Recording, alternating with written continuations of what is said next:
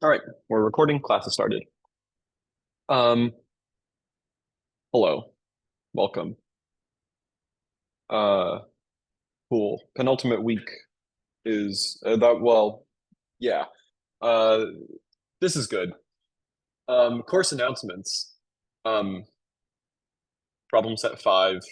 The late due date is tomorrow. If you haven't already completed it, please make sure to do that. The third programming assignment is out. Has been out. Um, there's a handful of submissions. Make sure you take a look at that. Make sure you try submitting a solution. Um, Check out the leaderboard. If you submitted before I made the leaderboard, um, your submission will show up under like a randomly generated like ID instead of whatever pseudonym you choose. Um, so if you want something particular to show up on the leaderboard for that, just resubmit and it'll do the right thing. Uh, but yeah, hopefully that should be fun. Um, it's certainly fun for me, so that's what counts. Um, Grades. There was some questions on Piazza about when grades are getting updated in Brightspace. So problem set 1 should be in Brightspace already, as should uh, project 1 and I believe project 2. Um, there are there's a handful of outstanding regrade requests that we still have to finish addressing for problem set 2. And so once those get taken care of, we'll sort of catch up with publishing grades. Midterm exam regrades, again, the deadline for that is Friday. If you haven't already submitted a regrade and you feel that you were graded unfairly on something, then please make sure to do that before Friday. After Friday, the midterm grades will be finalized, and we will be uploading those to Brightspace as well, or transferring them to Brightspace or whatever. So yeah, that's grading stuff. I plan on releasing, I talked about this yesterday, but problem sets 6 and 7 I'll release together, and they'll just cover graph stuff and other random cool algorithms that I think are cool. And I will hopefully release that in the next day or so. And then you'll pretty much just have until the end of the semester to work on that. Cool. Yeah, I think that's all I got in terms of logistics or course announcements. Any questions before we move on to material?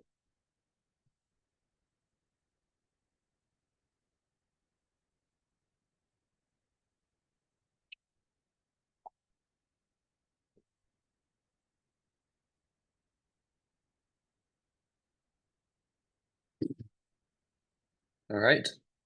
If there's no questions, I will open up a whiteboard.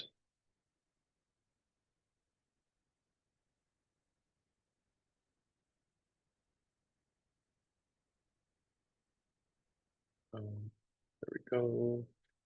Scribble and erase. All right. As is tradition, I'm going to write graph.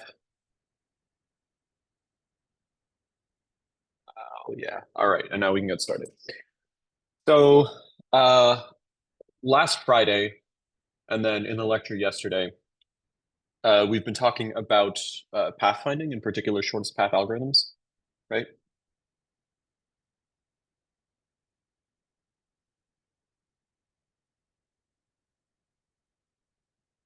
So we talked about how to formulate this recursively.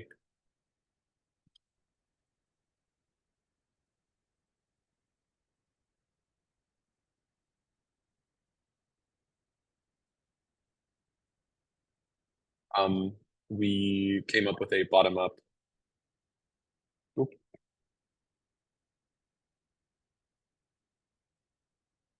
dynamic programming schedule. And then we used a priority queue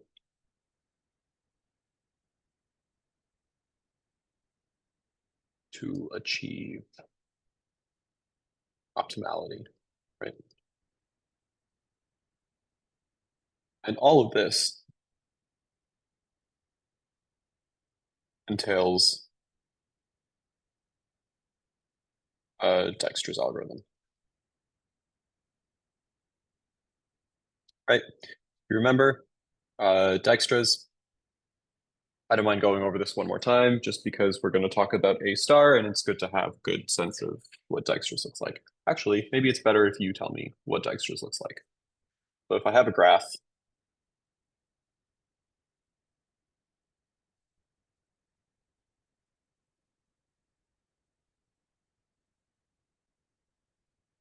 maybe I'll label these vertices A, B, C, D, and E. I don't want to call out the steps or a possible sequence of steps that implements Dijkstra's.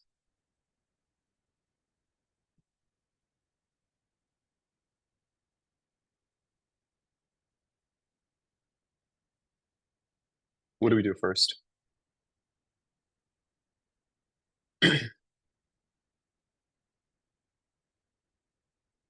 Oh yeah, sorry. We A is the source. Yeah. So okay, we're just calling out the order of visiting edges. Yeah. So we start by enqueuing A. We visit the A to B edge. What does visiting the A to B edge entail? We dequeue A, right? And then we enqueue B.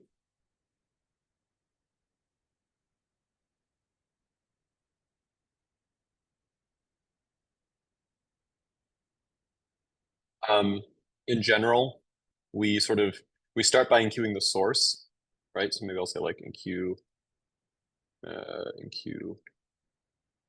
source with a priority of 0. And then while the queue is not empty,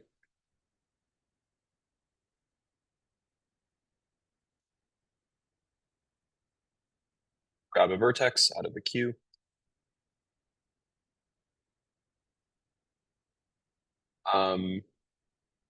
And then for each V to U where U is unvisited,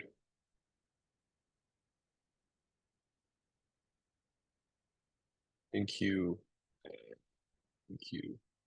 U with a priority of the distance to V plus the weight of this edge, right? And then we can just return, once we exit this while loop, just return the distance to whatever target vertex.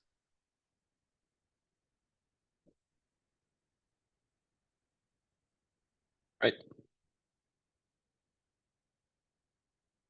Everyone recall this as being Dijkstra's algorithm in some form at least, right?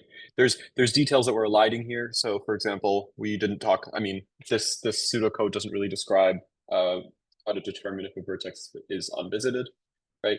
So one option is we start by enqueuing everything. And then as we dequeue things, we check to make sure that the thing we're looking at is in the queue. Or we can enqueue nothing, but then start like inserting like visited vertices into a hash table, right? And so this corresponds to checking that it's not in the hash table, right? There's different things we can do to make this part not linear complexity. And then in particular, because of that, because we're visiting each edge at most once, or on average once, and because each edge visit requires a priority queue operation, which is log of n, we end up with a total complexity of something that looks like E log V. If we start by enqueuing everything first, then we end up with something that looks like V plus E log V as a complexity, right? Maybe it's worth just writing that in a more permanent fashion.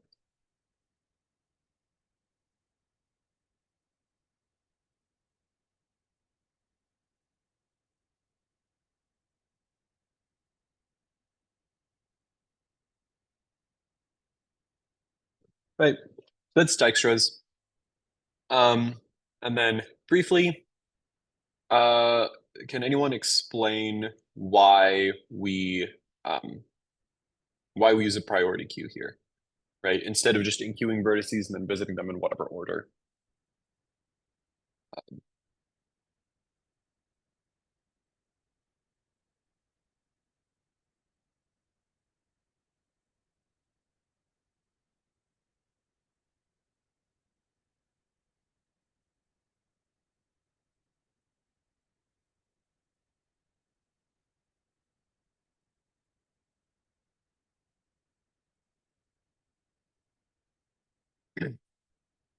Okay, yeah, so it can save on unnecessary visits where the wait is definitely too large. So that's correct, right? The idea of using a priority queue is the every path that we explore is going to be in increasing order of the length of the path from the source or the distance from the source. And so we get this nice property that we have with like breadth first search as well, right? Where we once we visited a vertex, we know for a fact that the path by which we visited it is minimal, or is minimal in terms of length. So we never have to visit the same vertex twice, which means that we can throw this unvisited condition on here, right? If we didn't have that, if we visited vertices in whatever order we wanted, then we would have to branch here and check like if distance is less than current best, right? And so we'd have to potentially visit a vertex via every possible path to that vertex, um, just to figure out what the correct path is. Um, okay, so why use a priority queue instead of an ordinary queue? The answer is to avoid having to visit a vertex multiple times.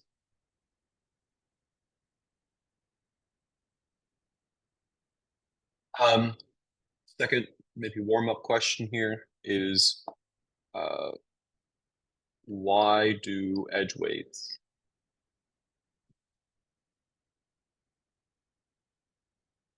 have to be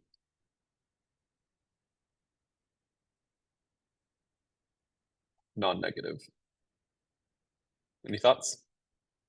Or maybe like what happens if I have a graph with negative edge weights? Right, maybe this is -3 or something like that.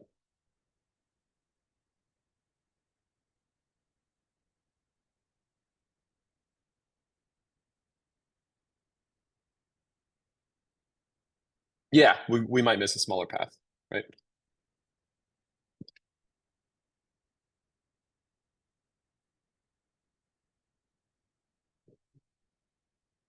We might miss a path that gets smaller because of a negative weight edge, right? So in particular, the fact that if edge weights are always non-negative, then doing this greedy thing where we always just look at the next closest vertex is sufficient, right? Okay, so for a quick like spoiler, foreshadowing, whatever. Today we are going to talk about A star,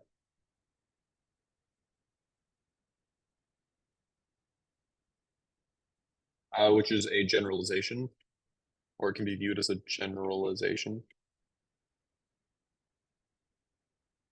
of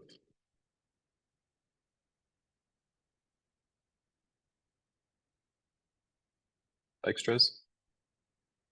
Um, this is sort of true,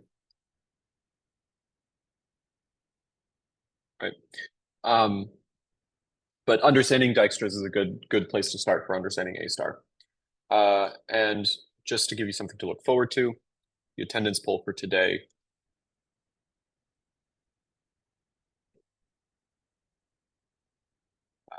when might you want to use one of these algorithms over the other?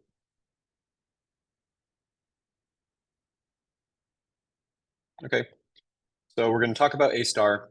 We're going to talk about how it differs from Dijkstra's and sort of what you need to do to ensure correctness because it's not guaranteed. And as is often the case, there are pros and cons to both algorithms, right? There's places where you might want to use one over the other. And so your attendance poll for today is to tell me one reason you might choose one over the other, whatever that means to you. Everyone got that?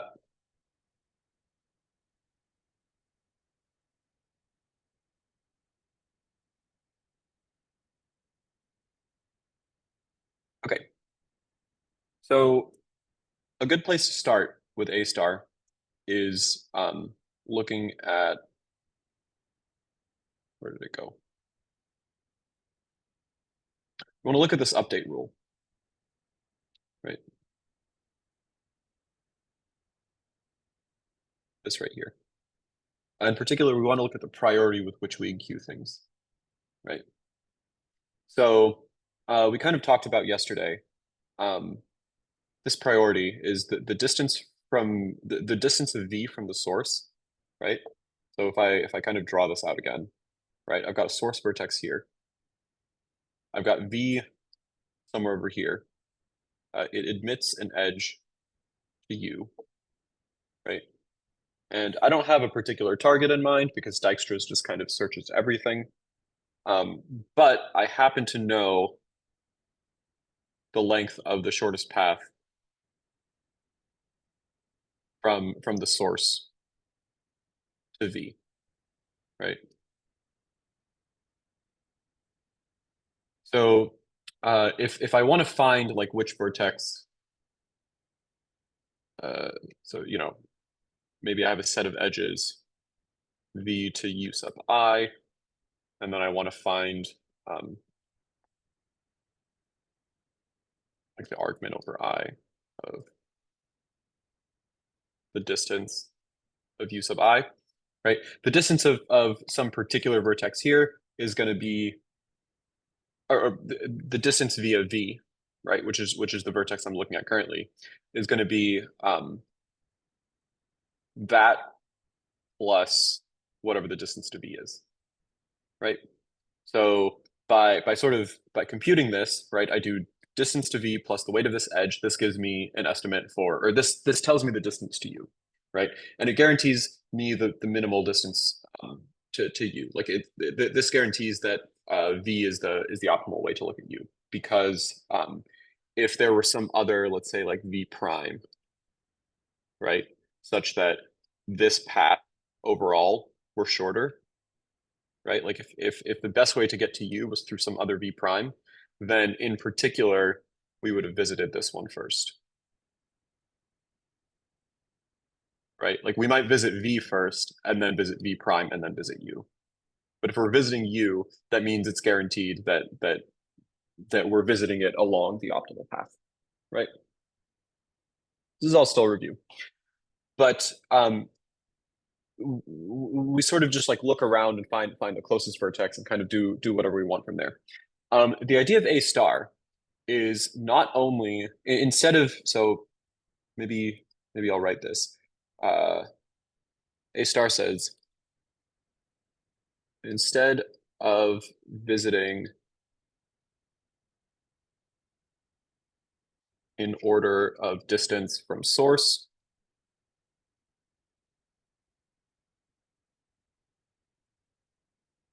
we can visit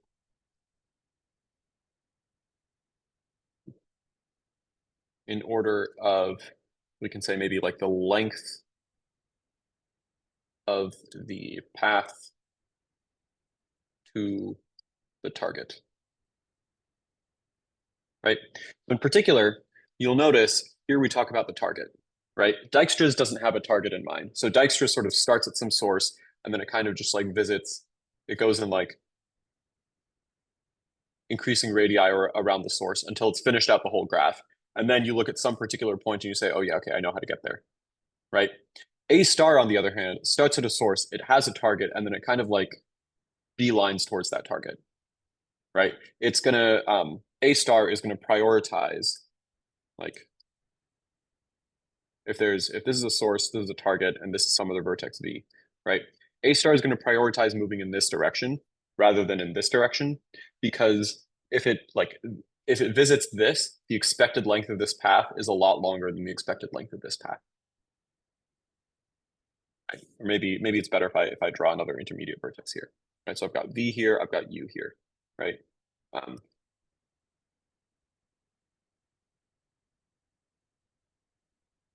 Um, so yeah, so even if V and U are sort of the same distance from each other, or the same distance from S, like if these are equidistant, um, A star is going to prioritize moving in the right direction somehow, right?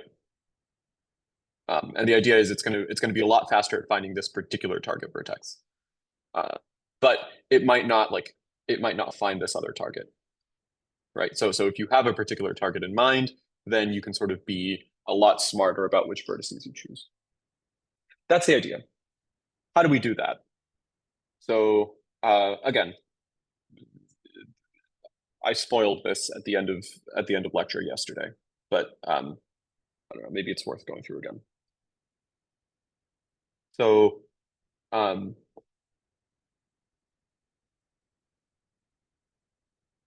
okay, let's sort of set up the same situation we had before, right? So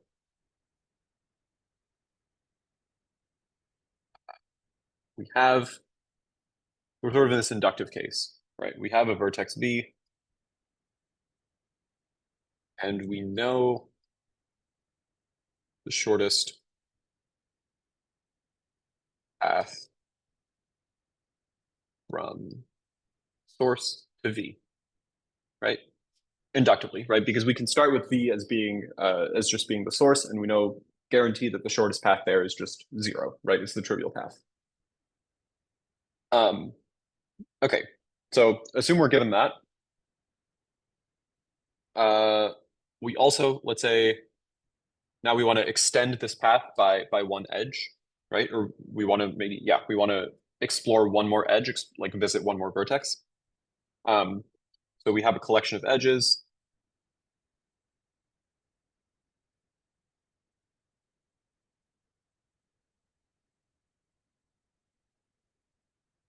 Right?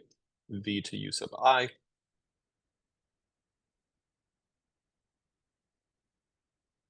And the question is for each U sub I,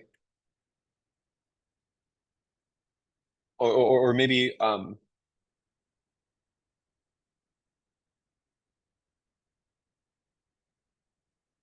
question is, what is the length of the path that starts at the source and goes to the target via this edge for each I, right? What's the length of this path?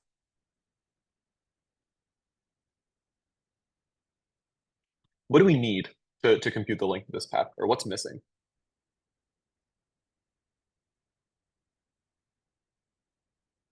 Maybe before that, just how would you find, yeah, that's right, the length from UI to T, right? So the length of this path is going to be the sum of these three pieces, right? This piece is the distance to V. This piece is the weight of the edge. And we need something here, right? So this works well if we have a way of estimating the distance from U sub I to T. This is now a binary distance function specifying sort of, I'm no longer implicitly setting one of the parameters set. Right? So we're going to define or we're going to take as input maybe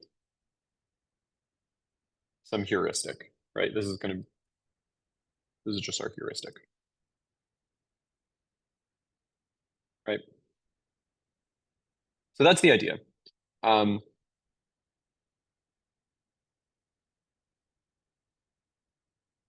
Take as input a heuristic that estimates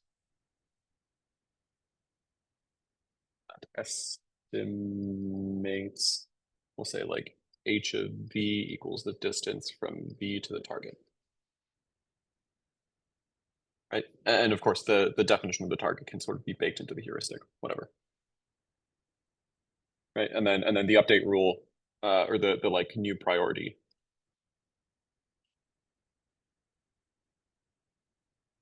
insertion just adds the heuristic when it inserts, or it adds the heuristic to the priority when it inserts. Does this morally make sense before we talk about details? Are there any questions?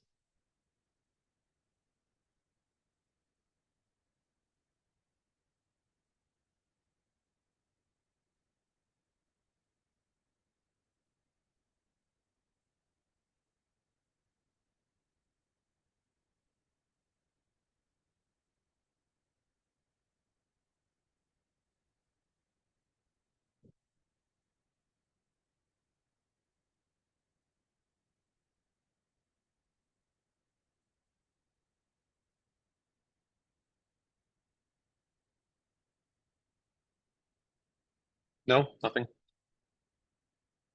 Oh, are we sure the first path to the target that we find will still be the shortest? That is an excellent question. The answer is no, we're not, right? So maybe this is a good excuse to move on to talking about admissible heuristics, right? So Robert brings up a very good point, which is that there is a problem here, right? um, the heuristic means we're not exploring paths in increasing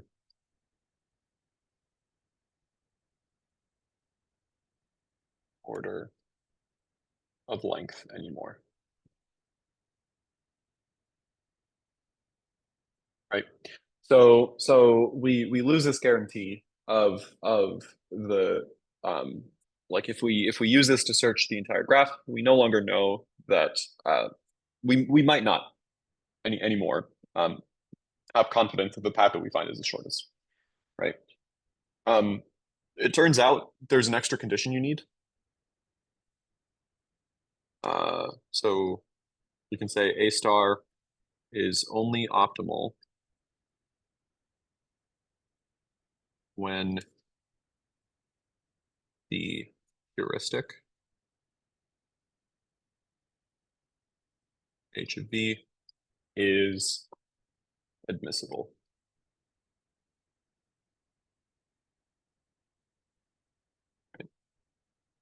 And this admissible heuristic, this is something I will define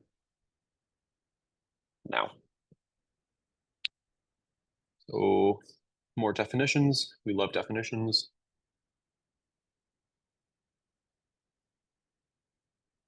A heuristic h of v is admissible if for all v in the vertex set, h of v is less than or equal to the distance from v to the target, right?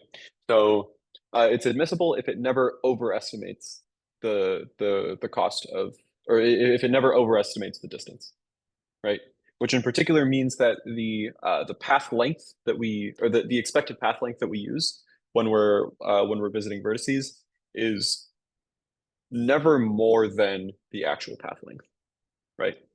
The reason you don't want it to be more than the actual path length, I won't.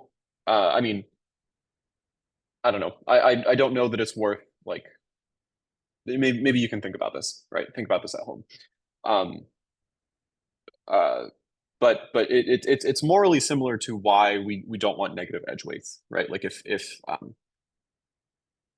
think about something like this,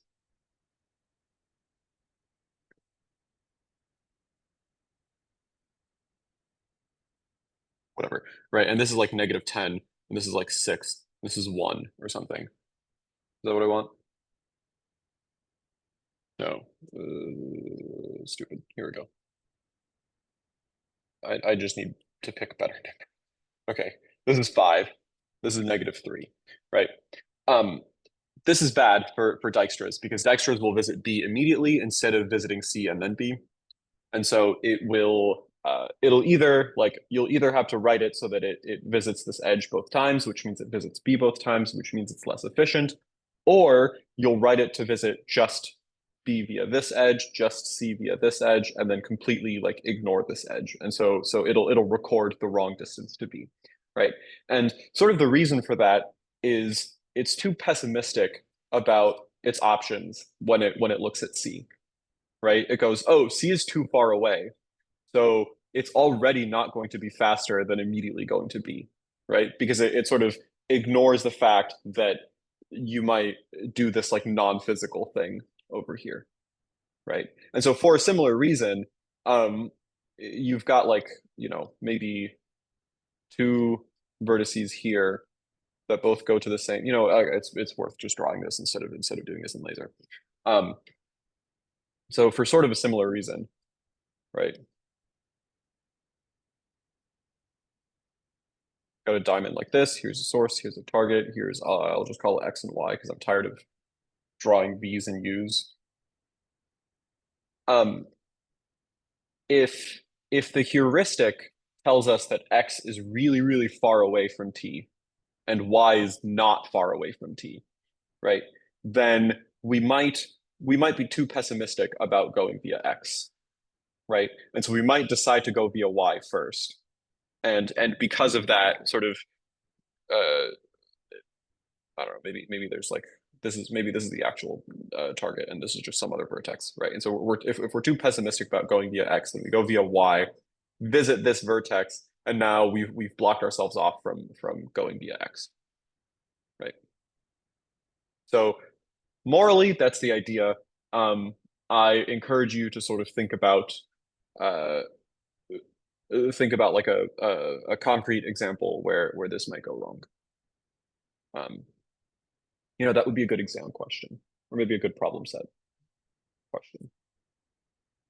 Cool. Okay. You might find yourself encouraged in a much more concrete way to think about this at some point. Okay, but it turns out if the heuristic is admissible, then a star will also produce an optimal path to the target, right? So maybe we can think about some applications and some like cases where you might actually have an admissible heuristic, right? So example, let's say you're pathfinding on a physical map.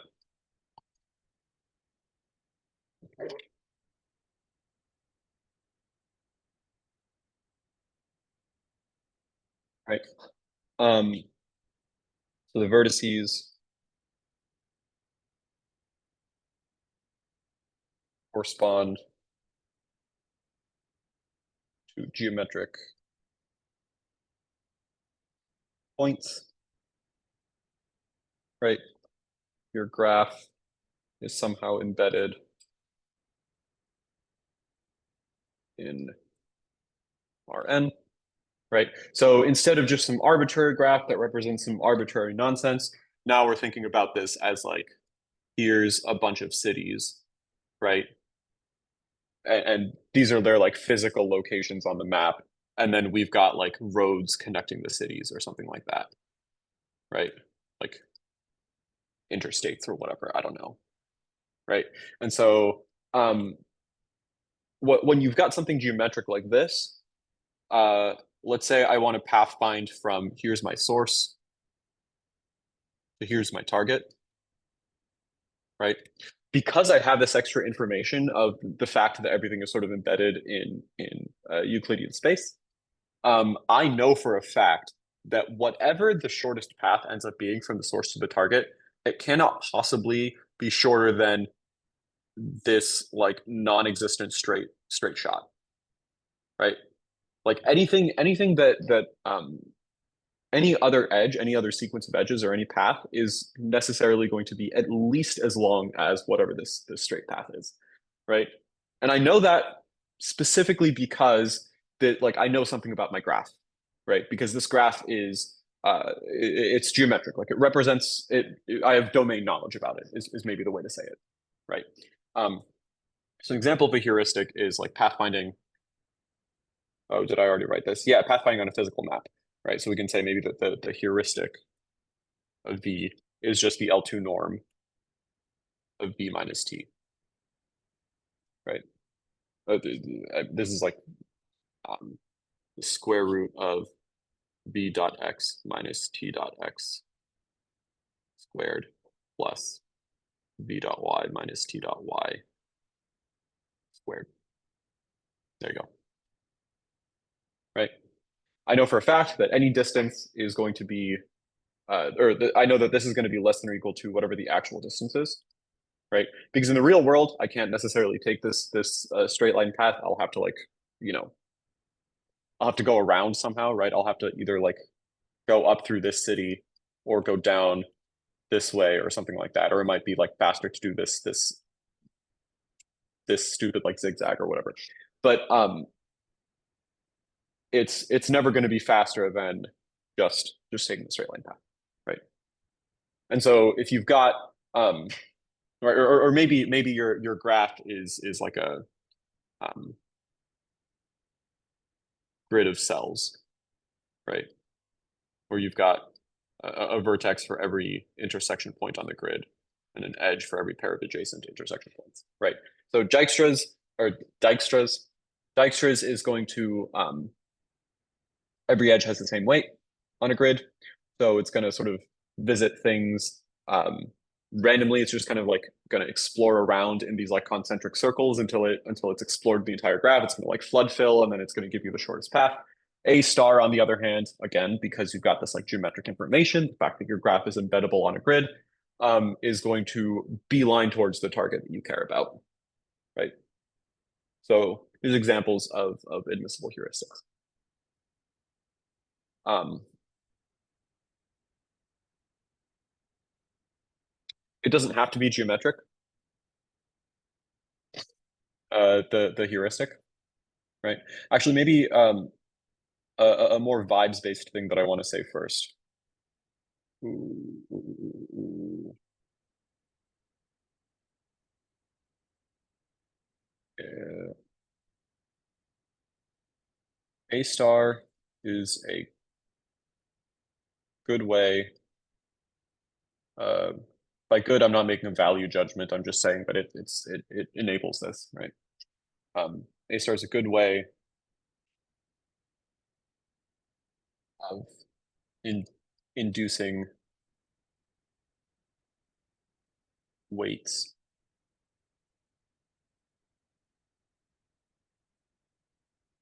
on an unweighted graph,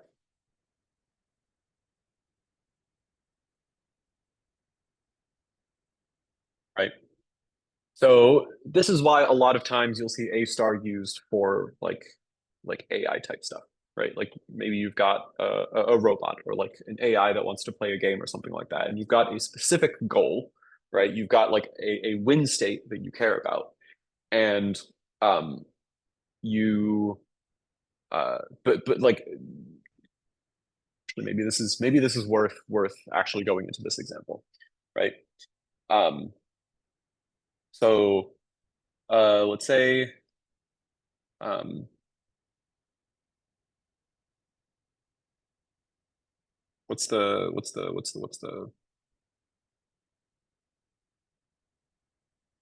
I'm going to use this as an example.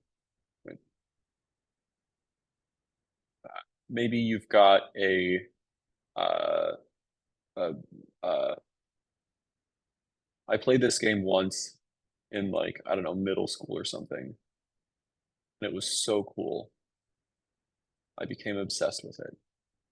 But there's like a grid, right? It's like rock, paper, scissors, but it's like played on a grid, right? So you've got rocks placed somewhere on the grid, and you've got like scissors placed somewhere on the grid, and you've got like paper placed somewhere on the grid, or something like that. And you've got like a handful of these. And of course, they can capture each other according to like normal rock, paper, scissors rules, but they also move in a specific way. So like the rocks move along like columns or something like that, and the scissors move like rocks move like rooks, scissors move like bishops, and paper moves like a pawn, I guess. Maybe this is honestly, maybe I'm just describing chess with extra steps. Like maybe this is just dumb. But let's say you've got something like this, right? And you want to play a game of like figuring out how all of these pieces can capture each other, right? You can model this game, or in general, you can model a game as just a graph, right? Where every possible state of the board is a vertex. Or so like you can have like a game graph or something, right? So the vertices correspond to possible game states, right? I guess you could just do this for chess, but chess is hard. I don't know. Um, you know what? Checkers. I should have come prepared with an example, but let's say checkers. Okay. I want to make an AI.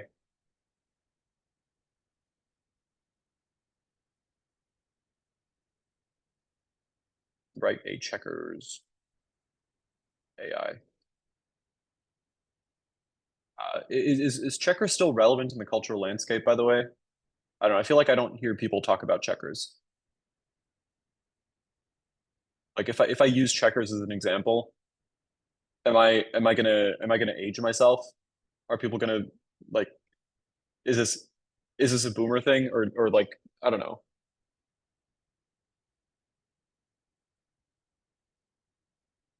Played it as a kid. Okay. Typically people say we're playing chess, not checkers. I'm not smart enough to play chess. Okay. I'm gonna continue with the checkers example. Um if yeah, anyway. Uh I guess briefly, like we've got a grid with pieces on it called checkers, and they can move in particular patterns and they can capture each other, right? And the game the end goal that I'm going to think about is like you want to capture all of your opponent's pieces, right?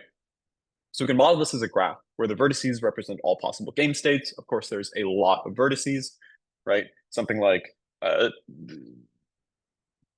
there's a lot of vertices. I don't want to count them. Um, and then the edges represent legal moves, right? So for example, yeah, I mean, maybe this just kind of stands for itself. But the idea is every possible like configuration of the board is a vertex in this enormous graph. It's way too big to draw, or it's way too big to draw all of it at once, but we can sort of like zoom in and look at like a local region of it at a time. But yeah, every possible game state is a vertex, and then every move that you can make. So if it's like I don't know, red's turn and red moves a checker in a particular way, that corresponds to an edge in the graph from the vertex representing the start state before the move to the vertex representing the state after the move, right? Um, yeah. So we can think about this problem of like winning checkers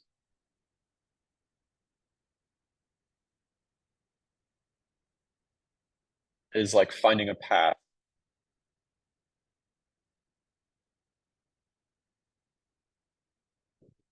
from start state to the end state, right? In particular, finding a path on this particular enormous graph from the source vertex, which is going to be like the initial configuration of the board, to the end state, which is the state where all of the opponent's pieces are gone. It occurs to me checkers is way too complicated for this because it's a two-player game, right? So you have to worry about like you don't get to make all of the moves essentially. But playing a suppose you were allowed to play both sides and you wanted to make sure that red wins and ends up in a particular board state. Okay, this is becoming more and more contrived by the minute, but who cares? Um, this is the idea, right? So you formulate this as an enormous graph, and then you do a search on this graph. The problem is um, there's not a good way of searching this graph a priori, right? Based on like just Dijkstra's. Dijkstra's is terrible because the edges don't have like when we say the shortest path, like you think, okay, maybe the shortest number of moves or something like that, right? But the edges a priori are unweighted, right? It's not like one move is more costly than another move in a game of checkers, right? They're all just moves. So every edge has a weight of one or something like that. And so in particular, doing Dijkstra's, uh, like Dijkstra's just reduces to a very basic breadth first search, right? And what does breadth first search mean? It means I start at my initial like I set up the game board. I look at every possible move that I could make. For each of those moves, I look at every possible move I could make. For each of those moves, I look at every possible move I could. So I like look at all possible game boards after one move. I look at all possible game boards after two moves, and I keep doing this until I get to n moves where there is a game where I've won, right? And this might be enormous, and I mean, n might not be that big, but I'll have to look at uh, n times the number of pieces to the power n uh, boards on average, right? I don't know, something like that. I'm gonna have to look at like a ridiculous amount of stuff, right? And this is just a bad way to write an AI, right? Because there's some like obviously bad moves that you don't really care about. Like a human can look at it and say, okay, this is not getting me any closer to my goal, right? When you play a game, you don't sort of think about, okay, what's every possible move I could make, and then what's every possible next move I could make, and so on, right? You're more goal oriented. So the fact that a game graph is by default unweighted is kind of bad for doing a search. But with A star, we can induce weights, right? With A star, we can say, okay, we're not just kind of exploring around randomly in this space. We're trying to get to a particular place, and that particular place is this end state, this like winning state that I have, right? And so I can formulate a heuristic that describes how far away I might be from that winning state, right? And so for a game of checkers where what you want to do is like wipe out your opponent's pieces, a good heuristic given the state is maybe like number of opponent pieces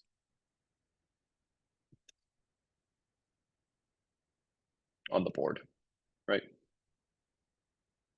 Because I know that I'm going to have to at minimum make that many moves, right? Oh, okay. Sorry. In checkers, you can jump and capture multiple pieces at a time. This is okay. Pretend you can't. I don't. Okay. Anyways, this is a good heuristic because I'm gonna at least have to make that many moves, right? And in particular, I can now think of this heuristic as inducing a weight on my edges, right? So if I go from like a state S1 to S2, right? S1 and S2 here represent like possible configurations of the board, and this edge represents like a move that I can make to get from S1 to S2. Instead of just calling this a weight of one, I can weight this by like uh maybe I can say like the weight of this edge equals the heuristic applied to S2 minus the heuristic applied to S1, right? So I can now weight my edges in terms of how close they get me to the goal, right? Or maybe you want I don't know. This is I guess not the right wait, how close you get to the goal would mean S1 minus S2. Um, Somehow, right? It's not literally that, of course, because here like a very high weight means that you go from, or like a very high value of h of s1 minus h of s2 means that you go from something very far away from the target to something very close to the target. So you really, really want to pick this edge, right? But the weight is somehow like an inverse of this, right? So you're not literally turning an unweighted graph into a weighted graph, but morally what you're doing is you're sort of like you're biasing yourself towards taking certain edges, which is also what weights do in a graph, right? So A star is great for that.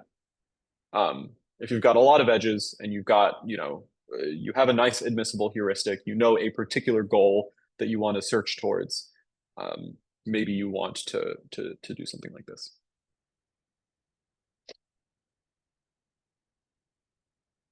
Um, this idea of of building a graph out of a game just by thinking of um, every possible configuration as a vertex and every possible legal move as an edge is one that comes up often, right? So this is going to be less. This following discussion is going to be less about data structures and algorithms and more just like in general about maybe CS. Um, but there are a lot of times where you want to do something like this and it doesn't necessarily look like playing a game. So for example, maybe you want to I don't know, synthesize a program that computes a particular result or that has a particular set of semantics, right? Oh, there's a question. That's way better. Isn't every possible state really a lot? Yes, every possible state is insane, right? So Dijkstra's will visit every possible state because it has no other option, right?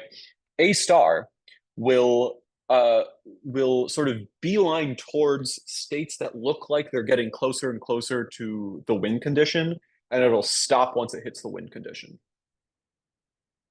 right? So A star is a good way to not have to explore every possible state or to sort of bias your search so that it reaches the point that you care about a lot earlier.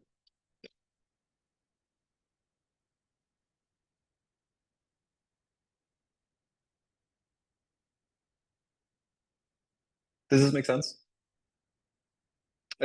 Are there other questions about um, A star or about the example um, or anything like that?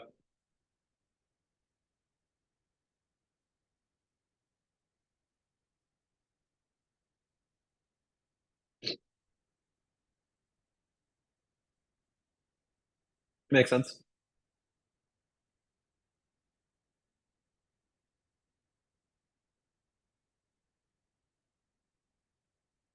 Okay. Maybe the moralizing I should do should be more related to your project three. Um, you might consider this weird dynamic graph that you've been given to search um, as a sort of a strange sort of game, right? Where uh, you've got a vertex in your graph for every possible state that you might be in, but the states are now a combination of like the phase offset and the vertex, right? And the edges, the legal moves that you have are um, are moves that you can make on the graph that also increment the phase by one, right? Um, and so you can think of it this way, and you know, a possible approach is to take the graph, blow it up into this enormous graph, um, and then just run Dijkstra's on it, for example. Or you can, now that you have a much bigger graph, and since you've got queries that give you a particular goal, um, you can try to come up with some kind of heuristic, right? And then run A star, right? An example of a heuristic that might work. I actually haven't tried this, so I don't know how well this works. Um, but it's a thought that you might consider, right? So an example of a heuristic is if I've got a graph like A, B, C, and maybe this has like 1, 2, this is like 3, 4, right? The distance from A to C is going to be at least 1 plus 3, right? If I just take the minimum weight along each edge, the whatever the weight of that path ends up being, it's going to be no less than if I took the minimum weight of each edge, right? Of course, here I can't actually achieve 1 plus 3. I'd have to either go 1 plus 4 or 2 plus 3. But 1 plus 3 is a good lower bound, right?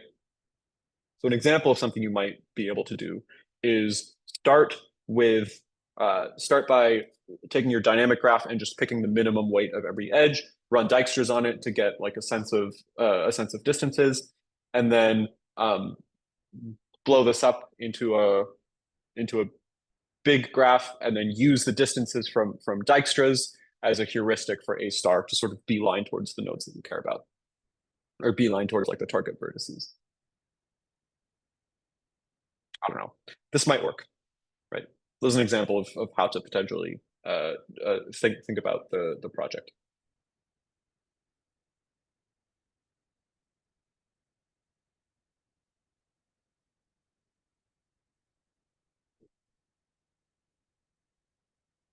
Okay, that's all I got for this lecture. I